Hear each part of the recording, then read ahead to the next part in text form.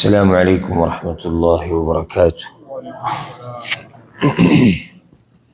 الحمد لله والصلاة والسلام على رسول الله وبعد. بسورة البقرة وپنځوستم آیت پورې خبره شوې وه. په دې اخرني آیتونو کې الله رب العزت هغه احسانات ذکر کول، هغه نعمتونه بیانول، کم نعمتونه چې الله خاص بني اسرائیلو له ورکړي. نو کشرانو ته الله رب العزت هغه نعمتونه رایادول کمې چې مشرانو له ورکړي، او په هغې کې اته نعمتونه ذکر شوي. اخرنی نعمت چې کوم ذکر شوی او احسان هغه دا چې الله رب العزت په میدان تیه کې په هغوی باندې سوری جوړ کړی او دغه شان هغوی له د خوراک او څښاک دپاره من او سلوه رالیږل. اوس یو بل نعمت الله ذکر کوي. بني اسرائیل چې کله واوړېدو په دریاب باندې، نو بیا دوی په صحرای سینا کې پراته و، رب العالمین ولا کتاب هم ورکو. نو موسی علیه السلام په وخت کې اول پیر داسې شي و چې الله رب العزت دوی ته د هغه په خوله باندې دا ووایي چې د بیت المقدس او د کنعان دا کومه ځمکه چې ده دې ته واپس شئ. دوی خو راروان هم دې ځمکې ته. نو دوی چې کله هغې ته نږدې ورکو شو، 12 کسان یې ولېږل. چېرې تاسو لاړ شئ معلومات وکئ چې دلته څه حالات دي. هغه 12 کسانو کې دوه چې دی هغه ورلو جدا، یو یوشع بن نون چې دا به وروسته الله نبي کړی، یو بلو کالب ابن یوحنا. دوی هم ورلو، دا 10 هم ورلو، وزن 10 او دا 2 12 شو. دا دوه چې کله واپس رالو نو هغوی ډېر ښه خبر راوړو. 40 ورځې دوی په دې بیت المقدس او د شام په دې ځمکه کې دننه دغسې ګرځېدو. واپس رالو ډېر ښه خبرې راوړو چې هلته دا دي، داسې دي، دغه دي، او یریږئ مه، او الله رب العزت زموږ سره دی او ورننوځئ او هېڅ به هم نه کېږي، الله به زموږ ملګرتیا کوي. هغه 10 نور چې کوم رالو نو هغوی چې نه، دلته خو یو قوم اوسېږي او هغه قوم داسې دی او هغه داسې دی او هغه دغه دی او ډېر زورور قوم دی. عمالقه هلته اوسېدو، او انشاءالله د هغې تفصیل به سورة المائده کې راځي. بیا لنډه ده چې دوی موسی علیه السلام ته وایي چې ته ځه او ستا رب ځئ، تاسو جهادونه کوئ موږ خو نه ځو. الله رب العزت دوی په میدان تیه کې پرېښودو 40 کاله. په دې کې موسی علیه السلام وفات شو. بیا یوشع بن نون علیه السلام چې دی د موسی علیه السلام خادم و، بیا الله رب العزت دله نبوت ورکو. نو د هغه په دور کې بیا 40 کاله بعد الله رب العزت بیا دوی ته ووایي ځئ اوس دې کلي ته ورننوځئ. دا پې الله احسان وکړو. ځئ دې کلي ته ورننوځئ چې د کوم ځای نه مو خوښئ خوراکونه کوئ، پراخه رزقونه دي، خو 2 خبرې دي. د ننوتو آداب دي. یو چې تاسو دې کلي ته ورننوځئ د بیت المقدس ته، نو یو خو به په عجزۍ سره ورننوځئ، ځکه چې الله رب العزت تاسو له دومره عزت درکو، دومره اوچت نعمت چې دله درکو. دویم دا چې کلمه یا ټکی د حطه به وایئ چې ورننوځئ. دوی په هغې کې هم بې ادبي وکړه او نافرماني د الله یې وکړه، خو الله پې دا یو احسان کړی و چې دغه ځای ته دغه کلي ته یې ورننویستو. نو دلته هغه احسان ذکر کېږي. اوس اعوذ بالله من الشیطان الرجیم بسم الله الرحمن الرحیم وَإِذْ قُلْنَا ادْخُلُوا هَذِهِ الْقَرْيَةَ او کله چې موږ ووایې ورننوځئ دې کلي ته، فَكُلُوا مِنْهَا حَيْثُ شِئْتُمْ رَغَدًا نو خورئ د هغې نه کوم ځای چې ستاسو خوښئ پراخه، وَادْخُلُوا الْبَابَ سُجَّدًا او ورننوځئ دروازې د کلي ته سجده کوونکې، وَقُولُوا حِطَّةٌ او وایئ ټکی د حطه، نغفر لكم خطاياكم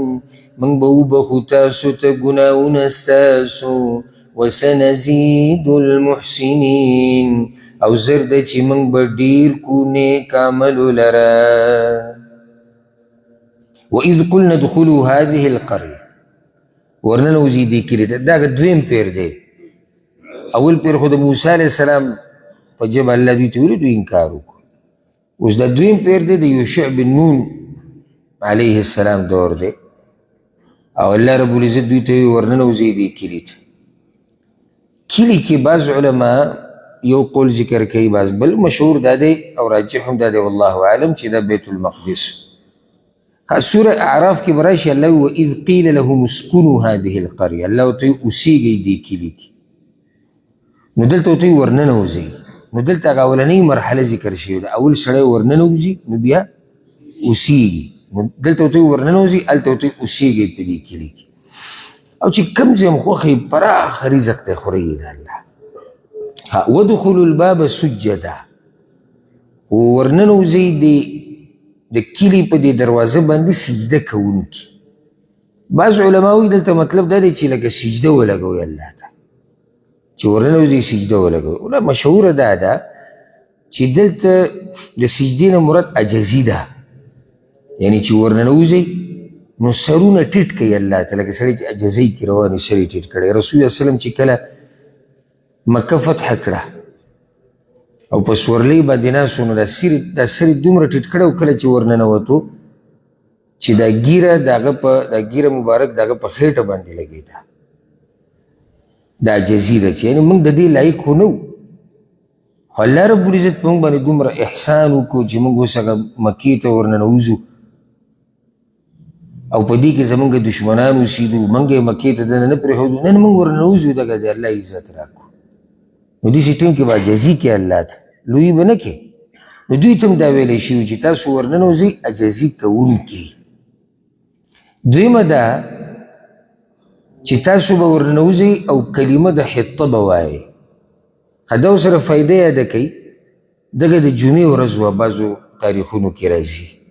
دا به کومه ورځ چې دوی ورننوتو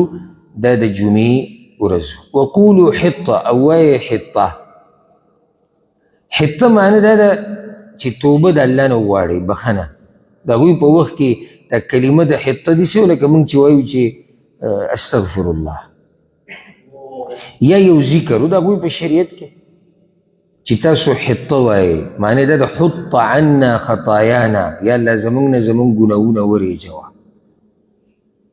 دو خبرې، یو خبره ده یو کار دی. کار دا دی چې ورننوځئ به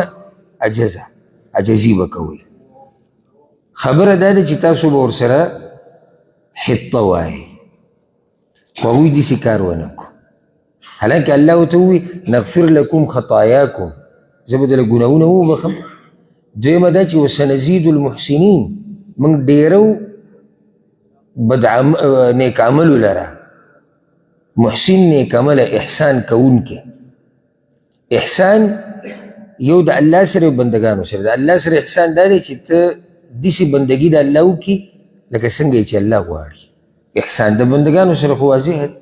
څه ډېری الله د نیک عملو لره، ډېری د دوی ثواب. دا مطلب شو، یا ډېری د دوی د نیک اعمال دوی له طاقت او توفیق ورکوي. ځکه چې څومره سړی دینداري کوي که نه، الله ولې د نورې دینداري توفیق ورکوي. په دینداري پسې بیا د دینداري کوي، په دینداري پسې دینداري کوي. او څومره چې یو سړی ګناهونه کوي، رب العالمین ته توفیق د دینداري بیا اخلي. چل دوی سی چلو کو اللہ در روان آیت کے ہوئی فبدل الذین ظلموا، بس بدل کڑاغ کسانو چی ظلم کڑیو قولا وینا غیر الذی قیل لهم، بغیر داگی وینا باندی چی ویلی شیو دویتا. فانزلنا علی الذین ظلموا، بس راولی گو من پا ظالمانو باندی رجزن بد عذاب من السماء، دا اسمان دا طرفنا، بما كانوا يفسقون، پدی چی دوینا فرمانی کولا. فبدل الذين ظلموا، بدل کڑا آغا کسانو چی ظلم کڑا قولا وینا. غیر الذي قیل له، په بلې وینا سره چې هغه دوی ته ویلی شوي نه وه. ښه، د دې نه یو فایده دا راووته فبدل الذین ظلموا، چې ظالمانو دا کار وکړو، یعنې ټولو دا کار نه و کړی. ځکه بیا به الله داسې ویلی چې هغوی بدله کړه هغه خبره، نه الله وایي ظالمانو پکې هغه خبره بدله کړه. کومو چې د الله نافرماني وکړه هغه ظالمانو، هغوی دا خبره بدله کړه. او کارم هغه شان ونه کړو څنګه چې ورته الله ویلی. نو حدیث کې دا راځي په صحیحینو کې دی، رسول صلی الله علیه وسلم وی دوی ورننوتو داسې چې فدخلوا من قبل استاههم، لکه عبدالله بن عباس هم دا قول نقل، دا کوناټي داسې په دې ځمکه راښکودل او ورننوتو، سر یې ټیټ نه کړو، عجزي ونه کړه، سجده ونه لګوله، او حطنه حنطه جوړه کړه. یو ټکی پکې زیات کو، حنطه نون یې پکې زیات کو، وی زمونږ غنم پکار دي. عبدالله ابن عباس وی وقالو حنطه استهزاء، دې خبرې نه مسخره جوړه کړه. نو هغه کار یې هغه شان ونه کړو څنګه چې ورته الله ویلي، عجزي ونه کړه او هغه خبره یې بدله کړه، د حطنې حنطه جوړه کړه. ورسره دا فایده یاده کوي. ګوره د شریعت په دې خبرو کې ټکی چې دی پکې بدل کو که نه، نو ته نافرماني د الله کې. لکه بعض وایي خیر دی خو یو ټکی زیات کو، خیر دی خو الله یادوي داسې چلې وکړو، نه، دلته حطه ده، ټکی دی حطه، دوی پکې یو نون زیات کو، حنطه، د هغې د لاسه نافرمانه شو. څنګه چې دین دی دقه شان به یې مني څنګه چې الله را لېږلی دی، او دقه شان به پرې عمل کوي څنګه چې دی. د ځان نه پکې ټانکې مانکې نه لګي، نو پکې د ځان نه زیاتې کوي چې مولوي صاحب ویلي دی او سابیاق صاحب ویلي دی، او خیر د پښتانې کوي یا عربي کوي یا پنجابیانې کوي یا انډیانې کوي یا انګریزانې کوي. دا خبرې په شریعت کې نه چلیږي. شریعت چې څنګه دی داسې به پرې ایمان راوړي، او څنګه چې دی داسې به پرې عمل کوي. الله وایي دې ظالمانو دا کار وکړو. فانزلنا علی الذین ظلموا، راولېږو موږ په هغه کسانو چې ظلم یې کړی، رجزا من السما، بد عذاب د اسمان نه. الرجز، رجز په عربۍ کې عذاب ته ویلی کېږي. دلته مطلب دی چې الله په هغوی عذاب راوستو، بد عذاب. داسې ویلی کېږي چې د دوی په دې جسم باندې دانې راوختې، ډېرې داسې دانې پرې راوختې چې د هغې علاج نه کېدو، بدن یې وله ټول خراب کړو. دا یو طاعون، یو وبا الله په دوی باندې راوسته. الله ورسره ظلم نه دی کړی، دی په ولې راوستو د عذاب؟ وجه ذکر شوې ده، بما کانو یفسقون، په دې چې دوی نافرماني کوله. دلته دا مسله راووته چې کله دې نافرماني کوله او عذابونه د باندې راتلو که نه، نو صرف ځان ملامته کوه، بل څوک ته نشي ملامته کولی. ته خپل عمل ته هم ګوره که ممکن دا مرض دی، بس تپوسونه کوو چې ولې حالات داسې دی، ولې حالات داسې، او دې ته نه ګورو چې زما عمل څه دی، زما کردار څه دی، دا زه څه کوم.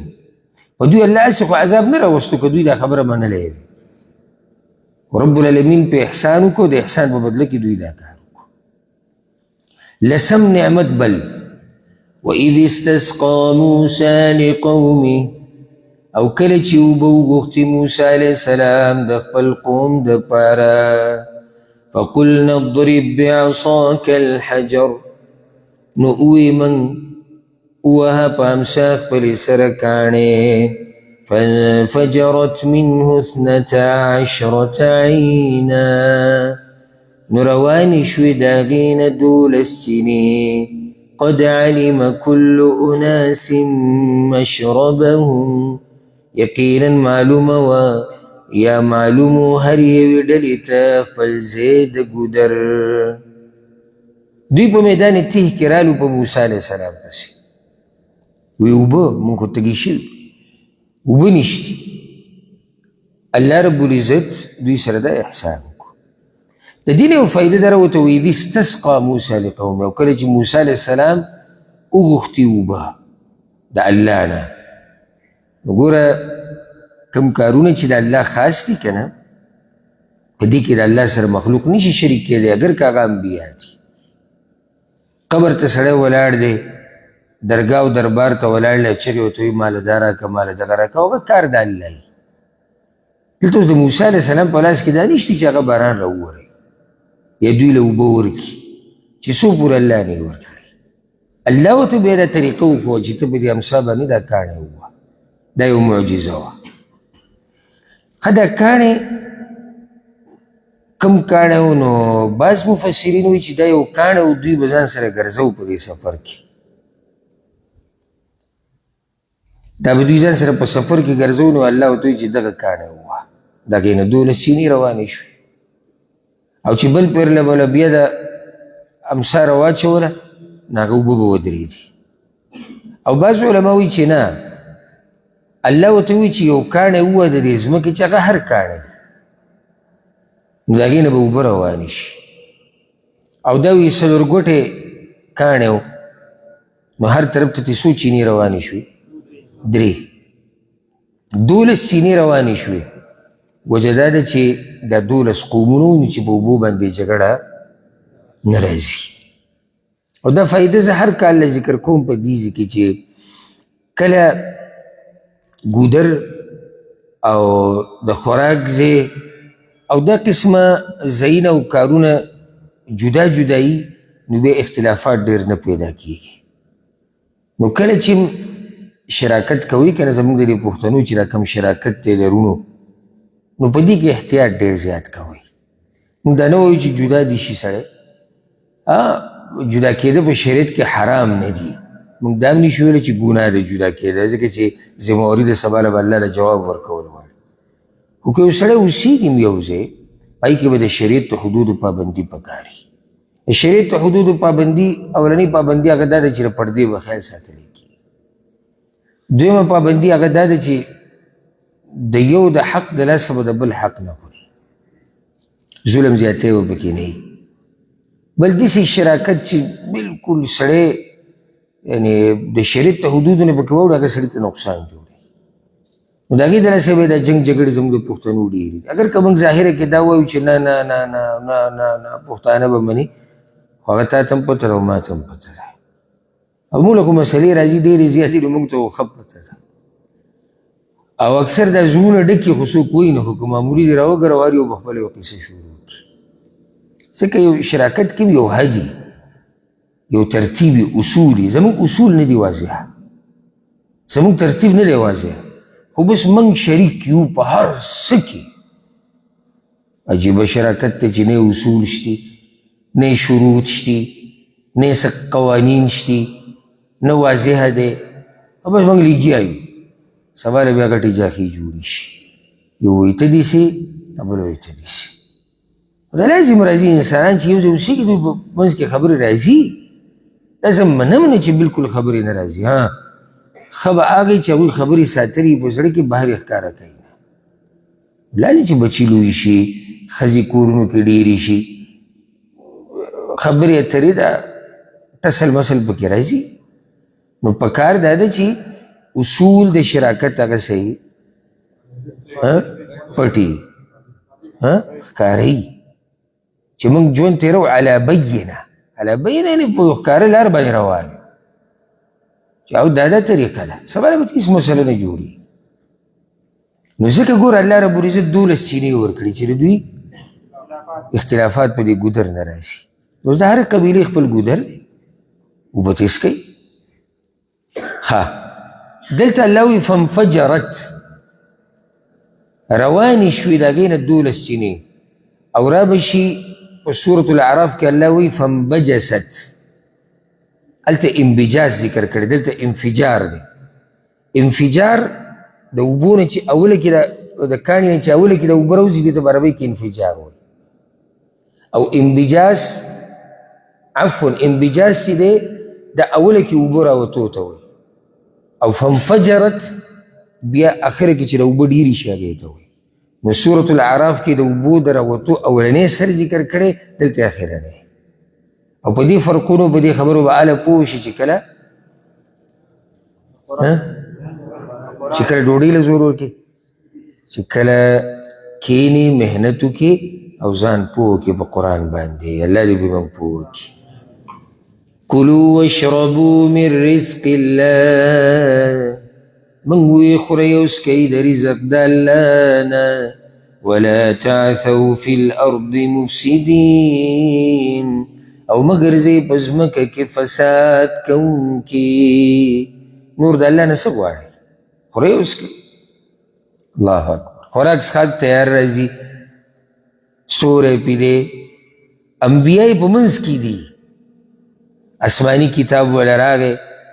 بیت المقدس تا ورننوتو سمر نعمتو احسانات اللہ بدوی کری ہاں دیوتوی بزمکہ کی و فساد نکوی دا ولی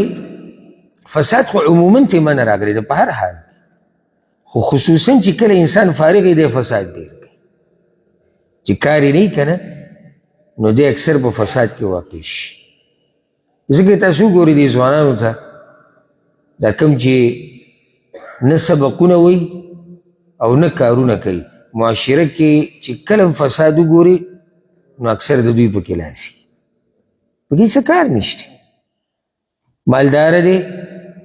پلار یې ول رالیږي یا پلار سره اشتي هلته ورسره دی او بس هغه ول ورکوي شوړي او دی لګوي او څه کار نشته نو چې ځوان سړی دی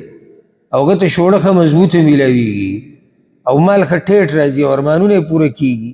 او څه کار نشتی نو خو څه خو به کوي که نه نو غالباً په فساد کې واقع شي ځکه ورته الله وایي چې فساد به نه کوئ اوس وګوره رب العالمین وله نعمتونه ورکړي دي د نعمت په مقابله کې دوی څه وایي وَإِذْ قُلْتُمْ يَا مُوسَى او کله چې تاسو وی ای موسی لن نصبر على طعام واحد هیچ چری من صبر نکو په یو قسم خوراک باندې فادع لنا ربک بس دعا وغواړه زمونږ دپاره د خپل ربنا یخرج لنا چې راوباسي موږ لره مما تنبت الارض دا هغه څه نه چې رازرغونوي ځمکه من بقلها داغی د سبزیانونا وقثائها او د بادرنگ داغینا وفومها او د اوگی داغینا وعدسها وبصلها او د دالونو داغینا او د پیازو داغینا رالو دوی پا موسیٰ علیہ السلام پس او دا آیت اشاره کئی دا غوی ناشکریت او دا غوی مستی تا کله دا ډیر نعمتونه یو انسان مس کی مس سرکشی پکې پیدا شي دا نعمتونه چې کله ډیر شي کنه دیندار بندگان که نعمتونه پې ډیري د الله شکر ادا کوي که نعمتونه لږ شي صبر کوي خو بېدینه انسان د ډیرو نعمتونو سره سرکشه شي ښه بغاوت پکې راشي د الله دین نه بغاوت وکړي دوی رالو په موسی علیه السلام لن نصبر على طعام واحد من هیچ چرته صبر نه کوو په یو قسم خوراک باندې دغه منو سلوا دي او منو سلوا دي زموږ زړونه یې څښاک نو خپل رب ته ووایه دا اوس د دوی خبره دی خپل رب ته ووایه داسې ووایه الله ته ووایه یخرج لنا چې راوباسي زموږ دپاره د دې ځمکې نه هغه څه چې ځمکه یې رازرغونوي سبزیانې انګولي بادرنګ دال اوګه زموږ دا سبزیانې په کار دي دا دوی په دې مصر کې به خوړې که نه مخکې چې کله دوی هلته وو نو زموږ هغه سبزیانو ته زړه شوی دی او فوم چې دی دا غنمو ته م ویلی کېږي او دا اوږې ته م ویلی کېږي نو زموږ وی دا غنم په کار دی زموږ سبزیانې په کار دي دا یو قسم خوراک دی خپل رب ته ووایي چې دا بدل کړي دې ځینې یو مسله دا خو راووته چې وګوره د انبیاو په لاس کې دا کارونه نشته ځکه چې دا کار خاص ته چا په لاس کې دی د الله په لاس کې دی هغه ول ناشنا جواب ورکړو قال وی موسی علیه السلام اتستبدلون الذي هو ادنى ایا تاسو به بدل کې اخلئ هغه څه چې هغه معمولي دي بالذي هو خیر په مقابله د هغه څه کې چې هغه ډېر غوره دي اهبطوا مصر نكشي یو خارتا فإن لكم ما سألتم بس یقینا ستاسو د پاره پاگی کیا غسدی چی غواړی تاسو اتستبدلون الذي هو ادنى بالذي هو خير انا عجبا لكم تعجبت دا الله نه هغه څه غواړي چې هغه کمزوري دي په بدل د هغه څه کې چې هغه غوره دي دا استاسو د کوم ځای عقل دی دا جمله یاده که ما تیر شوي دوره تفسیر کې وویل دا زموږ دپاره یو قانون دی تستبدلون الذي هو ادنى بالذي هو خير عام ژوند کې لکه اوس یو سړی بېدینۍ له ترجیح ورکوي په دیندارۍ باندې ده ته هم دا ویلی کېږي چې آیا ته غوره کې هغه څه چې سپک دي په مقابله د هغه څه کې چې هغه دروند دي یو سړی بېدیني غوره کوي لازم چې دی بېدیني غوره کوي خو څه شی به پرېږدي که نه هغه دینداري ده یو سړی سپک خوی غوره کوي لازم به دی دروند خوی پرېږدي یو سړی د زنانه هغه حیا او عزت او پرده هغه ختمول غواړي په دې چې بهی زنانو له ازادي په کار ده کوم ازادي چې د غرب والا د هغې چغې وایي چې بهی کې زنانه د خپلې مرضۍ خاوند دی چې څه وکړو کوي اتستبدلون الذي هو ادنى بالذي هو خیر تاسو غوره کوئ هغه سپک کار په مقابله د هغه څه کې چې هغه دروند دی د زنانه پرده خرڅو او علي د زنانه بې حیا دا د کوم بې حیایي دا د کوم ځای عقل دی یو سړی ګیره خرئي د شریعت مخالفت کوي ده ته وویله کېږي تستبدلون الذي هو ادنى بالذي هو خیر ته غوره کې هغه کار چې هغه ګناه هم ده نامناسب هم دی د سړو پورې فطرت هم نه مني او اخلي په بدل د هغه څه کې چې هغه غوره دي هغه عبادت دی او هغه د صحیح فطرت سره برابر دي نو دا جمله ځان سره یاده که دا په هر ځای کې خپلې مخې له راوله اتستبدلون الذي هو ادنى بالذي هو خیر اهبطوا مصر زی کوشي یو مدینې ته مصر په عربۍ کې ګورې ښار ته ویلی کېږي ښه نو ځکه راجح تفسیر دا دی چې دلته مطلب دا دی چې یو ښار ته کوشي اگر که بعضو علما ویلي دي وی مطلب دی چې دغه مصر ته واپس لاړ شي ستاسو سبزیانې خوښې دي که او سبزیانې غواړي ځئ هغه مصر ته واپس لاړ شي ستاسو هغه ذلت رعایت شوی دی هغه ذلت ستاسو لپاره ښه دی چې هغه ذلیله ژوند تېروي د دې نعمتونو سره تاسو نه عادت خو نه دلته مراد عام ښار دی چې دا خو په هر ښار کې میلاویږي دا څه غټه خبره خو نه ده غټه خبره من و سلوا ده سبزیانې څه ګرانې خو نه دي ځئ ورکوشئ دې پټو کې کته به راکېږي چې را خوار او زار ګرځئ او دا کشی و بیلچی روالی سبزی بمی بادرنگ بمی دال بمی انگولی بی هر سب خو قیمتی سا خداو چی دا اللہ طرف نتاسو لتیار رات اهبطوا مصر فإن لكم ما سألتم تاسو ته ملاویږي هغه څه چې څه دله الله درکړي دي عفوا چې څه تاسو غواړئ تاسو ته ملاویږي هغه څه چې څه تاسو غواړئ څه ګټه خبره خو نه ده او دا خبره یاده کوي تاریخ نه دا مسله ثابته ده چې بني اسرائیل چېرته مصر ته نه دي واپس شوي ګورئ دوی چې یو پر د مصر نه وتي د موسی علیه السلام سره نو دوی بیا مصر ته واپس نه دي راغلي مخکې رب العالمین وایي وضربت عليهم الذلة والمسكنة أول شو بدوی باندې رسوایی او خواری یا اول شو بدوی باندې ذلت او غریبی وباءوا بغضب من الله او اختشوا په غضب د الله کې ذلك دا پدې بأنهم كانوا يكفرون بآيات الله چې یقینا دوی و چې کفر به کوو په آیتونو د الله ويقتلون النبيين بغير الحق او وجل به پیغمبران په ناحقه ذلك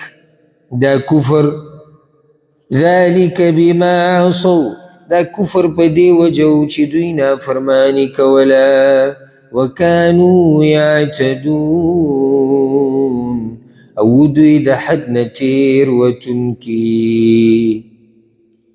د دوی دا هر څه چې راجمع کړي او د دوی دا نافرمانیانې او د دوی دا ټال مټول کول د الله په احکاماتو کې انجام د هغې دا راووتو. وضربت علیهم الذلة والمسکن. رب العالمین په دوی باندې خواري د بدن او خواري د زړه دواړه پرې راوستو. کله یو سړی غریبي خواري خو صرف د بدن نه زړه برابري نه، رب العالمین د دوی دا زړه هم خوار کو او د دوی دا بدنونه هم خوار کو او دوی په غضب کې اخته شو. ولې؟ ځکه چې دوی د رب العالمین نافرمانی کړې ده. دلته دا خبره یاده کړئ، بله ډېره اهمه خبره، دا خواري او دا غریبي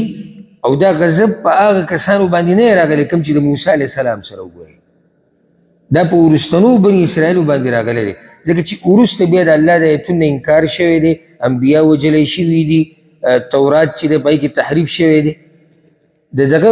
موسی علیه السلام په زمانه کې خو دا کارونه نه دي شوي، که نه شوي دي؟ نه دي شوي. دا خو اوس دوی د مصر نه راووتو. نو کله چې سړی قرآن ته ناستي او د دې ترجمه کوي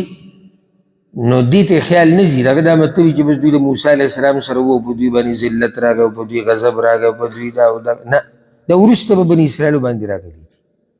د دې کارونو د لاسه. کوم کارونه چې دلته ذکر شي، دلته څلور سببونه ذکر شوي دي، څلور وجې د آیت کې ذکر شوي دي چې ولې الله په دوی خواري راوسته، غریبي پرې راوسته او په دوی د الله غضب شو. یو دا چې دوی د الله د ایتونو نه انکار کړی دی، دویم دا چې دوی به انبیا وجل، دریم دا چې دوی د الله نافرمانی کړې ده، څلورم دا چې دوی په فساد کې او په نافرمانیانو کې د حد نه تېروتلي. د دې د لاسه دوی سره دا کار شوی او دا هغه امت دی د یهودیان چې دې ظالمانو بېشمار انبیا وجلي دي، بېشمار انبیا دوی وجلي دي. او اوس به خبره ډېره اوږده شي کنې چې د دوی د تاریخ نه ما یو څو ذکر کړی وی تاسو ته، خو بیا به خبره ډېره زیاته اوږده شي. دوی زکریا علیه السلام وجلی دی، دوی یحیی علیه السلام وجلی دی، دوی یو نبی و د الله ارمیا نوم و هغه یې وجلی دی، په کاڼو باندې ویشتی او مړ کړی و. یو نبی و د الله اشعیا د هغه نوم و، هغه دوی ټوکړې ټوکړې کړی و په اره باندې. او داسې ډېر انبیا دوی وجلي دي. نو حدیث کې دا راځي، رسول صلی الله علیه وسلم وایي، امام احمد دا حدیث راوړی دی، اشد الناس عذابا یوم القیامه، د قیامت په ورځ به ټول نه سخت عذاب چاته میلاویږي؟ رجل قتله نبی او قتل نبیه، هغه سړی چې په جنگ کې د یو نبي د لاسه مړ شي یا یو نبي وجلی، د دواړو ته به ډېر سخت عذاب میلاویږي. ولې ځکه د یو دا خبره واضح ده چې دی رالګېدلی دی او نبي وجلی دی، او دا بل دومره لوی کافر دی چې د نبي په لاس وجلی شوی دی، نو دوی ته به سخت عذابونه میلاویږي. نو یهودو کې یو صفت غټ دا او دا مشهوره ده چې دوی د الله انبیا هغه وجلی دي، د دې د لاسه خو په دوی باندې دا عذاب راغلی.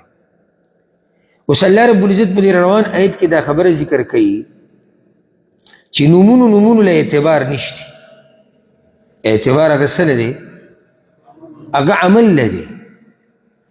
وجه دا ده یهودو به ځان ډېر اوچت کړو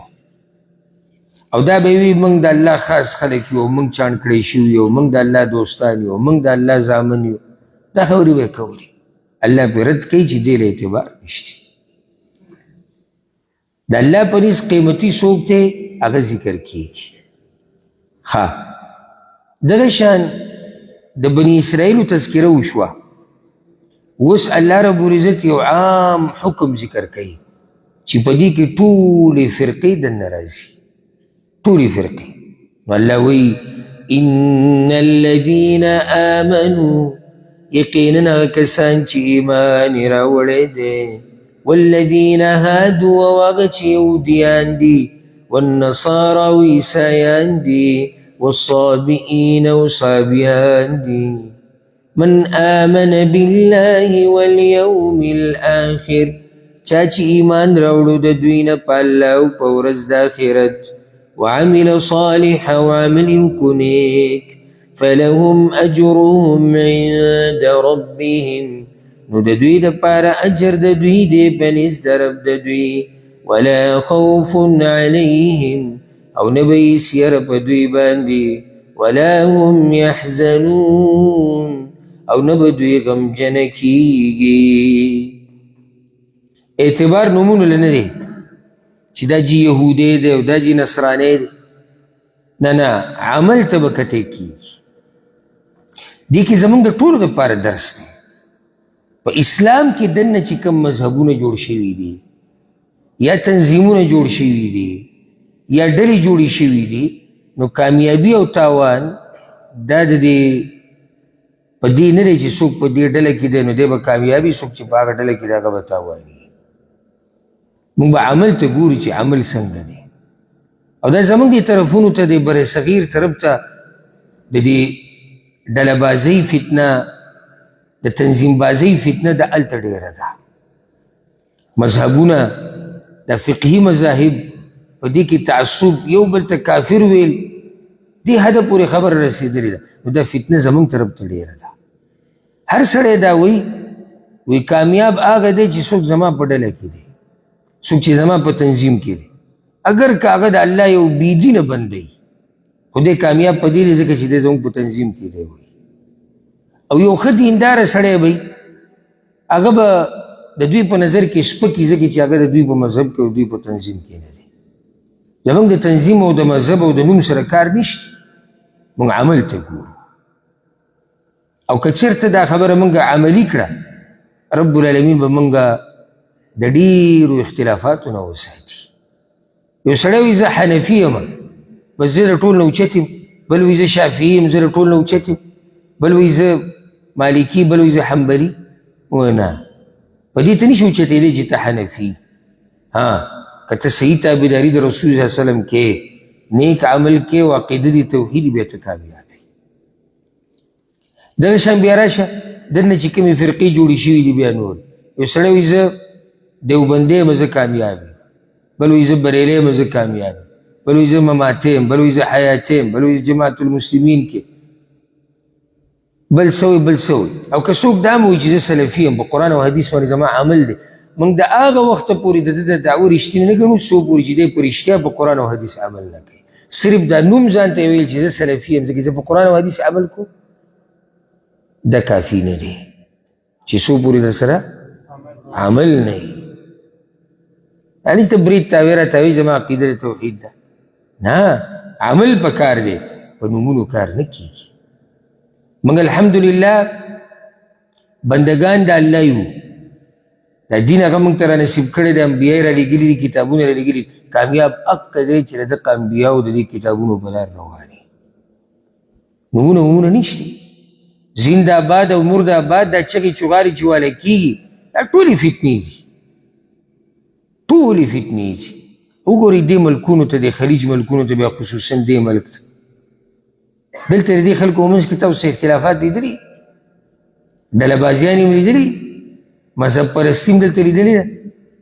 دلته هم دا زنده آباد مرده آباد چېرته لیدلي دلته هم شنې جنډې او سپینې جنډې او خړې جنډې او تورې جنډې او دا زموږ د پارټۍ جنډې او دا زموږ د پارټۍ دا هم لیدلي چېرته وجه دا ده چې د دیزي د علماو اتفاق دی په دې خبره باندې چې کوم ځای کې هم دلیل د قرآن او حدیث راغی په هغې به عمل کوو بس مونږ وایو نه قرآن او حدیث سره خو به ګورو خو زمونږ پیر صاحب او زمونږ مولوي صاحب او زمونږ تنظیم سره به څه کوو او زمونږ د هغه کتاب سره به څه کوو او زمونږ د مذهب سره به څه کوو او بیا پکې زمونږ د کلي سره به څه کوو بیا به زمونږ د قوم سره څه کوو دا خو دومره خبرې دي په دې کې یو کېده ډېر ګران دي نشي یو کېدی بعض عوام راپاسي یاره دا مولیان یو کېږي ولې نه راشه ته یې یو که ته دا ټول مولیان په دې پوه که چې قرآن او حدیث ته غاړه ایښوده پکار دي ته په دې پوه که بیا وګورې چې دا یو کېږي که نه یو کېږي خو چې هر یو ځان له جدا مشر ټاکلی دی او هر یو ځان له یو جنډه ټاکلی دی او هر یو زنده آباد او مرده آباد دی او هر یو وایي که یم نو زه یمه ته به دا خلک څنګه راجمع کړي د دوی په منځ کې به ته اتفاق څنګه راوړي نشي راتلی اتفاق اگر راځي په قرآن او حدیث باندې او هغه ډېرو قرآن او حدیث په دویمه مرتبه کې ساتلی دي. اولنۍ مرتبه کې د پیر صاحب خبره ده، د مولوي صاحب خبره ده، د فرقې د مذهب د تنظیم خبره ده، د هغې نه بعد بیا ګورو. نو کله چې انسان تقسیم شي که نه، یو فرقه کې ورننوځي، بیا د حق نشي ویلی او نه باطل ته باطل ویلی شي. لکه اوس زه به داسې وایم چې ته په یو ډله کې ځه او په دغه ډله کې یو غلط کار کېږي، ته به دا ووایې چې دا کار غلط دی؟ نشي ویلی. ښه، په دې بله ډله کې چې هغه ستا دا ډله نه ده، په دې بله ډله کې یو کار کېږي، ډېر ښه کار کېږي، ته به د دوی د ښه کار ته ښه کار ووایې؟ بلکې کوشش به دا کې چې د هغوی ښه کار ته غلط ووایې او خپل غلط ته ښه ووایې. ما په خپله لیدلی دي که نه، بلکې هغه دعویدار مې لیدلی د قرآن او د حدیث چې هغه د تنظیم او د ټولګي په تعصب کې دومره ورننوتي دي، په خپله ورته زه وایم زه یې دا پلانې صاحب چې کوم دی قدرمن سړی دی، خو دې مسله کې دی په خطا نه دی، دلیل ورسره نشته. ښه ورته پته چې دلیل ورسره نشته. ښه دی پکې لا دعوه د قرآن او حدیث هغه یو سټګرول به شروع کړي. د اوس دا ټکی ویل دته ډېر ګران دي چې د دا مسله کمزوري ده. دې حده پورې سړی ورسي. د رسول صلی الله علیه وسلم نه علاوه هر سړي څه خبرې صحیح دي او څه غلطي کېدی شي. دا خبره موږ دې ډېره په اسانه وایو، خو چې کله د خپل مولوي صاحب او د تنظیم او د پیر قصه راشي، والله که بیا د خولې نه دا خبره راوباسي. چاو د پلانې صاحب سره د احترام موږ وایو، احترام یې کوو، خو دې مسله کې خطا دی، دا ورته بیا ګرانه شي ډېره. اعتبار نومونو له نه دی، نه اعتبار رنګونو له دی، نه اعتبار دې له دی چې د عربی دی که د عجمې دی. هغه عجمې د الله په نزد دینداره دی، کوم چې په صحیح لار روان دی، په نسبت د هغه عربي چې هغه بې دینه دی. او هغه عربی دینداره دی د الله په نزد چې هغه په صحیح دین روان دی، په مقابله د هغه عجمي کې چې هغه د الله په دین نه دی روان. الله موږ ته مسله ګوره اسانه کړې ده، ښه ډېره یې راته اسانه کړې ده، ډېره. بعض عوام ملګري راشي ما ته وایي موږ ته به څنګه پته لګي چې څوک په حقه دی او څوک په باطله دی؟ اشکال دوی ته په دې پیدا شوی دی چې هلته نومونه ډېر شوي دي، هلته فرقې ډېرې شوي دي، مذهبونه ډېر شوي دي، تنظیمونه ډېر شوي دي، بس دا غریب پکې په کشمکش کې. هېڅ ګرانه نه ده، هېڅ ګرانه نه ده. ته معلومات وکړه، ته تحقیق وکړه چې کوم سړی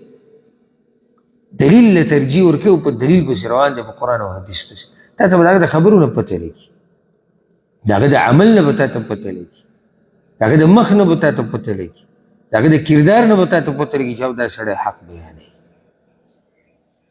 نو الله دلته وایي هغه کسان چې ایمان یې راوړی دی، ان الذین آمنو، په دې کې مؤمنان د دې امت داخل شو. ښه، بیا دویمې ذکر کړي یهود. یهود چا ته ویلی کېږي؟ والذین هادو، چې دا په بني اسرائیلو کې دي او دعوه د اتباع د موسی علیه السلام کوي. دوی ته یهود ولې ویلی کېږي؟ دا خبره موږ مخکې ذکر کړې وه. ورسره دا فایده یاده کوي. ګورئ، دوی د اول نه یهود نوم نه دی. ګورئ، یهود دوی ته د سلیمان علیه السلام د مرګ نه بعد دا نوم دوی ته ایښودی شوی دی. سلیمان علیه السلام چې کله وفات شو، د هغې نه بعد دوی ته بیا د یهود نوم میلاو شوی. درېیمه الله ډله ذکر کړې ده والنصارا، موږ چې ورته عیسایان وایو، کرسچن چې ورته ویلی کېږي، دا اتباع د عیسی علیه السلام دي. دوی ته نصارا ولې ویلی کېږي؟ نسبت دی ناصره ته، هغه علاقه، هغه کلی چې هغې کې عیسی علیه السلام را لوی شوی دی،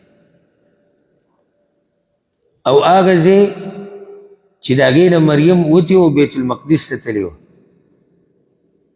او بیا ول الله رب العزت ته زوی ورکړی و عیسی علیه السلام. نو ځکه دوی ته نصارا ویلی کېږي. ښه، بعض وایي دوی ویلي کله چې ورته موسی علیه السلام، عفوا عیسی علیه السلام وایي کونو انصار الله، شئ د الله د دین ملګرتیا کوونکي. نو دوی ویلي چې موږ یو انصار الله، موږ د الله د دین مرسته کوو. د هغې د لسر دوی نوم شو نصارا. بله ډله الله ذکر کړې ده والصابئین. په دې کې لوی اختلاف دی، اضطراب دی د مفسرینو په اقوال کې چې دا صابئه څوک دي. نو یو دا ویل کېږي وایي دا هغه خلک دي چې دوی چېرته د بوتانو بندګي نه ده کړې، چې الحدیث ویلي دي صرف پې د الله بندګي کوله او د ابراهیم علیه السلام په لار. نو که چېرته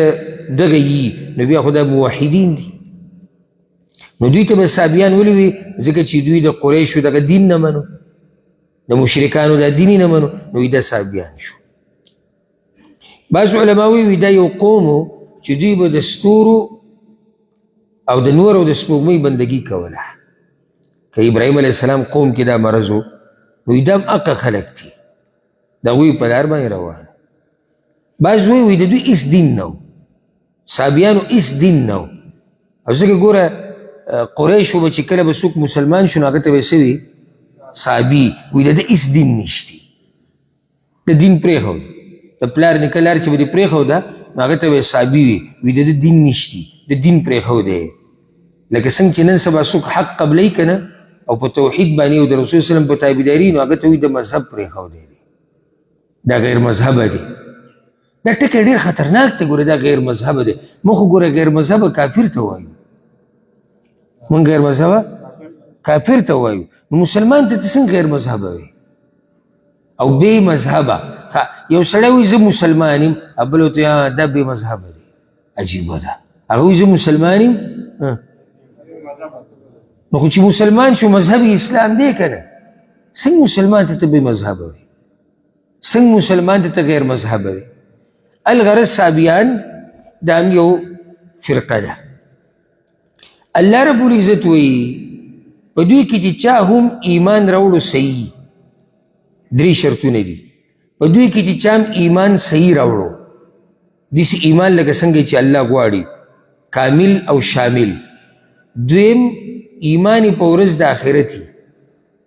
آخرت کې چې څه کېږي ټول پکې رالو ده نه، مخکې موږ تفصیل ذکر کړی. دریم نیک عمل کوي چې هغه عمل کې اخلاصي او په هغې کې تابعداري د رسول صلی الله علیه وسلم وي، چې چا کې هم دا درې صفات وو نو دا نیک عمله خلک دي.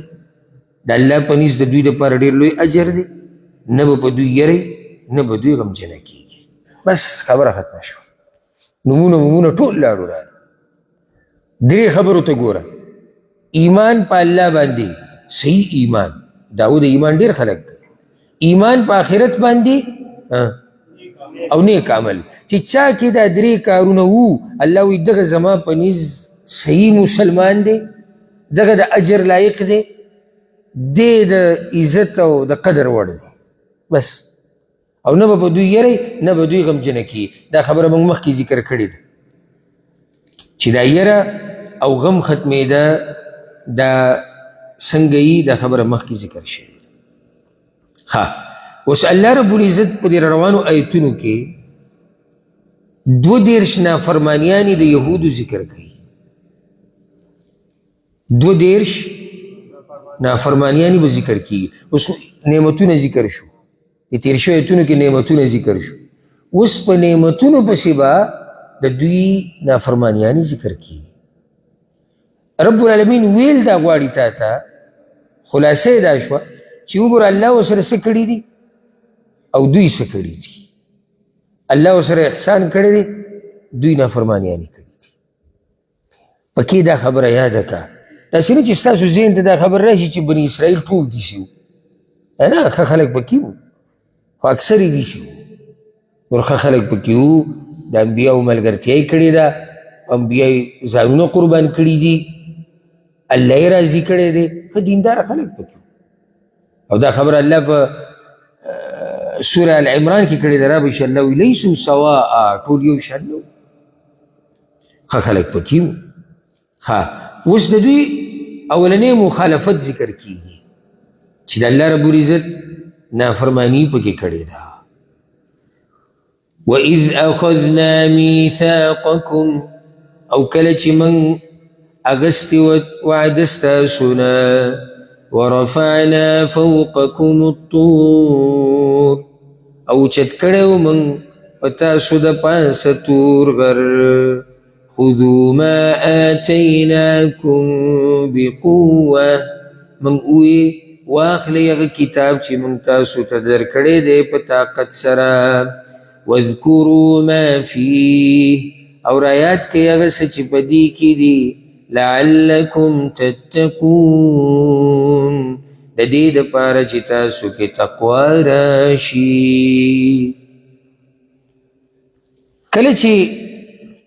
موسی علیہ السلام تورات راوړو سلوي خورج هغه په کوی تور کې تیرې کړي او تورات یې راوړو د ځان سره او باغه تورات کې د الله احکاماتو دا به کوئ دا به نه کوئ داسې به کېږي داسې به نه کېږي او ته یې ووایي چې دا د الله خبرې دي هغه وایي دا موږ نه منو موږ دا خبرې نه منو او دا د الله بعضو به کوي دا د الله خبرې دي که نه دي موږ ته څه پته الله دې موږ ته راښکاره شي مخامخ موږ ته دې ووایي چې او دا زما کتاب دی الله دې ووایي چې هذا کتابي فخذوه دا زما کتاب دی وایلی رب العالمین جبریل علیه السلام ته امر وکړو نو هغه یو غر په دوی باندې راوچت کړو دا غر یې په دوی باندې راوچت کړو له پاسه یې په دقه شان نیولی و لکه چترۍ چې تا په سر نیولي یا لکه وریځ چې په تا د پاسه راغلي الله یرول په دې باندې مطلب دا دی که زما دا خبره منئ نو ښه ده که نه منئ دا غر د باندې کته راغوځاره او دا خبره په سوره اعراف کې هم راشي وإذ نتقنا الجبل فوقهم كأنه ظلة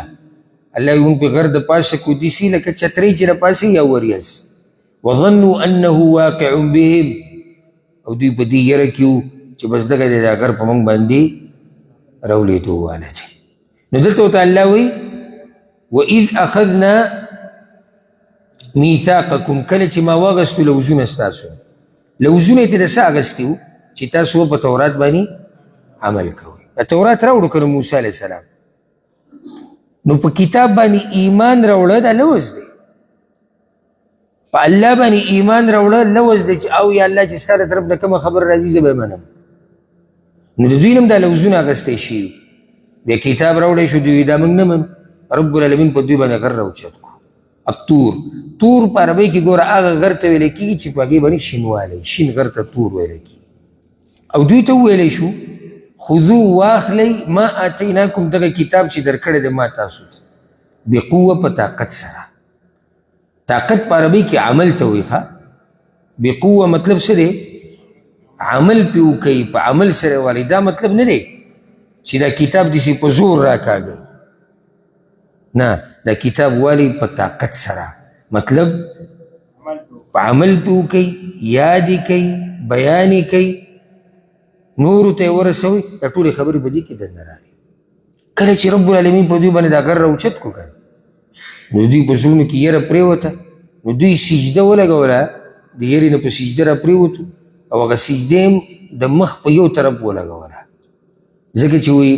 داسې راځي وایي په دې یو سترګه باندې دوی دې غر ته کتو چې راونه ولیږي په موږ باندې نو اوس هم چې یهود سجده لګوي دا بیا په یهودو کې یو طریقه شوه اوس هم یهود سجده لګوي که چېرته ویډیو کې مخې دراله ویې ګورئ دوی اوس هم سجده په دې یو مخ باندې لګوي ټول مخ نه لګوي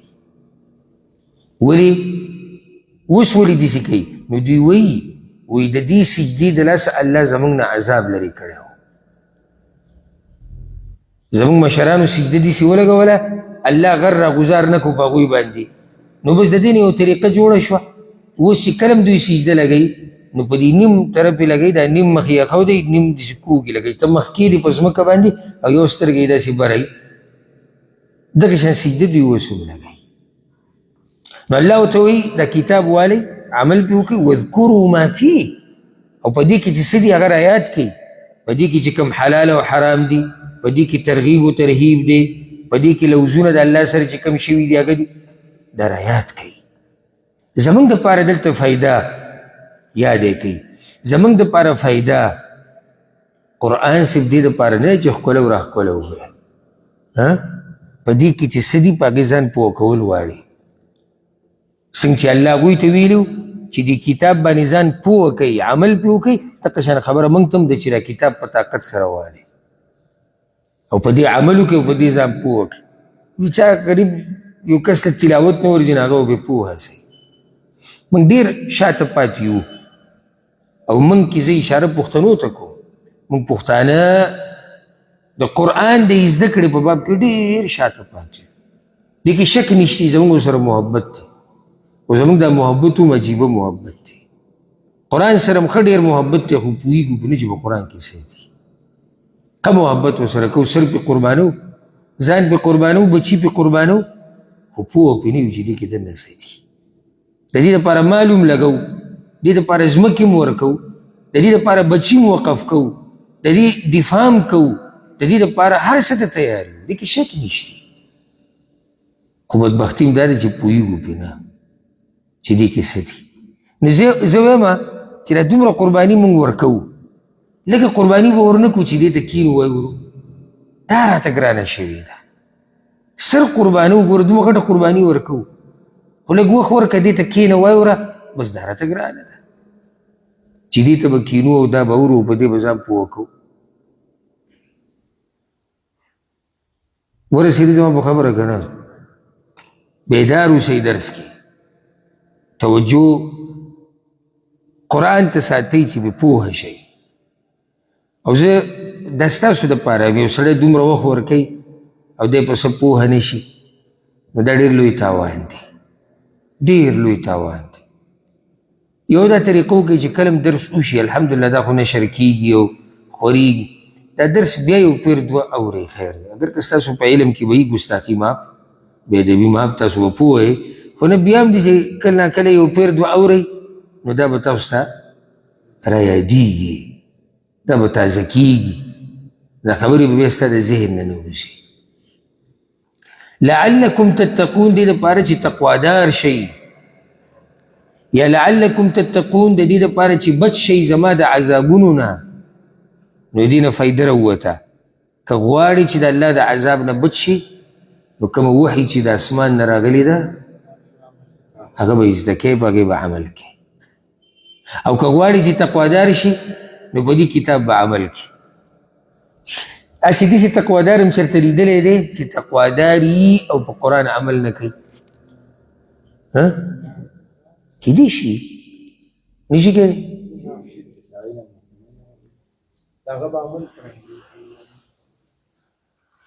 او که موږ داسې جواب وکړو چې تقوادار دوه قسمه وي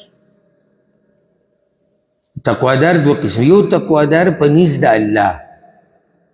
یو تقوادار په نیز د مخلوق په نیز د مخلوق کیدی شي چې یو نیمه دانه داسې تقوادار ومي چې د قرآن په شام نه یې تللی نه پرې عمل کوي او نه ترې خبرې او تقواداري خلک خو ته تقوادار وایي که نه زموږ په معاشرې کې ګوره داسې افراد شتي چې هغوی ګوره په دین باندې په خپله صحیح عمل نه کوي او خلک وایي د انتهایي دینداره دي ځکه چې هلته هغه معاشره غریبه هم نه ده خبر چې دین څه ته وایي نو ځکه دغه کس ته هم دینداره وایي نو اوس کیدای شي داسې تقوادار که نه په نیز د انسانانو کیدای شي په نیز د الله نشي کیدی خو واضح زمونږ معاشره خو دې مرتبه کې ده چې مونږ کله نه کله بې علمه سړي ته هم عالم وایو نه وایو ورته بې علمه سړي ته مفتي صاحب وایو نو داسې نشي کیدی چې یو سړی د قرآن نه نه خبر او خلک ورته تقوادار ووایي کیدای شي په قرآن باندې عمل نه کوي او خلک ورته څه ووایي چې دا تقوادار دی الله وی ثم تولیتم من بعد ذلك نو بیا تاسو واوړېدئ وروستو د دې له وزنه فلولا فضل الله علیکم نو که چېرته نه وی فضل د الله په تاسو ورحمته او مهرباني د هغه لکنتم من الخاسرین نو وی به تاسو د تاوانیانو نه رب العالمین څومره مهرباني وکړه او بیا دوی لوزونه مو واغستو هغه لوز داسې و چې او موږ تورات منو دا لوز شو خو الله وایي دوی په دې لوز باندې پوره پاتې نه شو څه وخته پورې وو خو بیا د دې لوز نه شاته شو لوز نه په شا کېده څنګه دي ما وی پوه بارک الله فیک. لوز نشا کېدل بیا دا دي چې دوی په دې تورات باندې عمل پرېښود، خبره یې سر ته ونه رسول. اوس الله وایي که چېرته فضل د الله او مهرباني د هغه نه وی تاسو به تاوانیان وی. فضل د الله څه دی؟ که چېرته الله ستاسو توبه نه قبلولی او که چېرته الله تاسو له مهلت نه درکولی چې څنګه ګناه وکړي نافرماني وکړي او بس الله رانیوی نو تاسو به ټول تاوانیان وی. لکنتم من الخاسرین. ځکه چې تاسو د لوز نه مخ واړو، تاسو د تورات نه مخ واړو، بیا به تاسو تاوانیان. خو د رب مهرباني ته وګوره چې د توبې موقع یې ورکړې ده، مهلت یې ورکړی دی، بیا بیا ورته نصیحت کوي، بیا بیا هم کتابونه رالیږي، بیا بیا هم انبیا یې رالیږلي دي. دا الله مهرباني ده او دا خبره زموږ دپاره هم ده. ګورئ که چېرته فضل د الله او مهرباني د الله نه وي موږ به ټول تاوانیان. که چېرته فضل د الله نه وي، مهرباني د الله نه وي، دا دین یې موږ ته نه وي ښوولی، دا نیغه لار د هدایت د دیندارۍ موږ ته نه وي ښوولی. که چېرته الله زموږ دا زړونه دې دین ته نه وي راړولی، که چېرته الله د توبې د دروازه کولاو نه ساتلی، که چېرته الله مهلت نه ورکولی، موږ به څه کولی؟ خو موږ ټول تباه وو، موږ ټول تاوانیان وو. بیا نو فضل د الله او رحم د الله صرف په یهودو نه دی، دا په ټولو باندې دی. اوس الله د دوی بل مخالفت ذکر کوي. وَلَقَدْ عَلِمْتُمُ الَّذِينَ اعْتَدَوْا مِنْكُمْ فِي السَّبْتِ، او یقینا تاسو ته معلوم دی هغه کسان چې زیاتې کړی ستاسو نه په ورځ د خالي کې. فقلنا لهم، بسوی موږ هغوی ته كونوا قردة خاسئين، شئ تاسو شادوګان ذلیلا. فجعلناها، نو موږ وګرځو دغه کیلې یا دا قصه نکالا عبرتناک سزا لما بین یدیها وما خلفها، دا هغه چا دپاره چې مخکې د دې کلي نه دي او دا هغه چا دپاره چې وروستو دي. وموعظة للمتقین،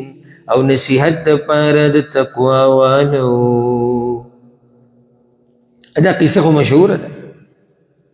عبدالله بن عباس رضی الله عنهما یو قول نقل دی، تفسیر طبری کی شتی. هغه هر نبی چې الله را لېږلی دی که نه، هر نبی،